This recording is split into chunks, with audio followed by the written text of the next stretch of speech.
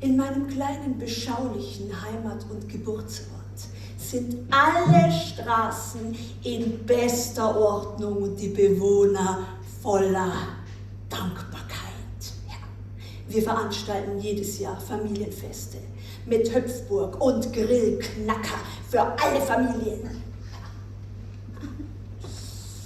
Doch wie habe ich es geschafft zum... Ich möchte ja nicht übertreiben, aber zum Heiland meiner Heimat zu werden. Klingt das nicht gut? Ja! Der erste Trick, um reich zu werden, ist Sparsamkeit. Das ist in der Lebensmittelindustrie überhaupt kein Problem. Ich sage nur Wurstlücke. Wurstlücke, ja. Also, Sie sparen an Material. Sie glauben doch nicht, dass der Endverbraucher merkt, wie viel Anteil an Schwein, Rind oder Pferd sich im Endprodukt befindet. Sparen Sie an Deklarierungen. Es gibt in der Lebensmittelindustrie 200 Zusatzstoffe, die Sie noch nicht einmal erwähnen müssen. Sparen Sie am Gehalt. Arbeiten Sie mit einem hohen Anteil an Gastarbeitern.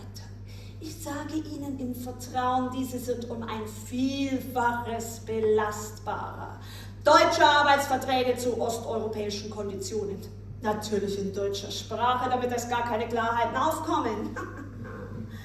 Wir werben im Ausland mit Videos an, unterstützen die Überfahrt und bieten sogar Unterkünfte.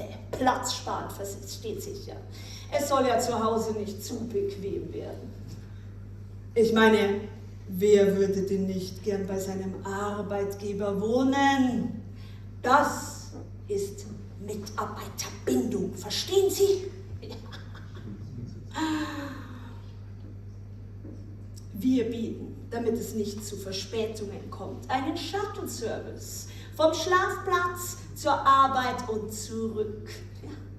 Gegen einen kleinen Obolus, den wir vom Gehalt einbehalten. Tochtergesellschaften und Subunternehmen sind das Schlüsselwort für erfolgreiche Unternehmensführung. Sparen Sie sich reich an Gehältern, an Krankenkassen, an Betriebsräten, nur sparen Sie nicht an Überstunden. Bieten Sie Unterhaltung. Wir haben in unserem Unternehmen auch Frauen. Man muss die Männer ja bei Laune halten, nicht wahr? Und wenn Sie es mit all diesen Spartipps geschafft haben, reich zu werden, brauchen Sie nur noch eins, eine gute Rechtsabteilung. Nein, keine Sorge. Mit einer hohen Wirtschaftskraft haben Sie politisch betrachtet Narrenfreiheit. Danke.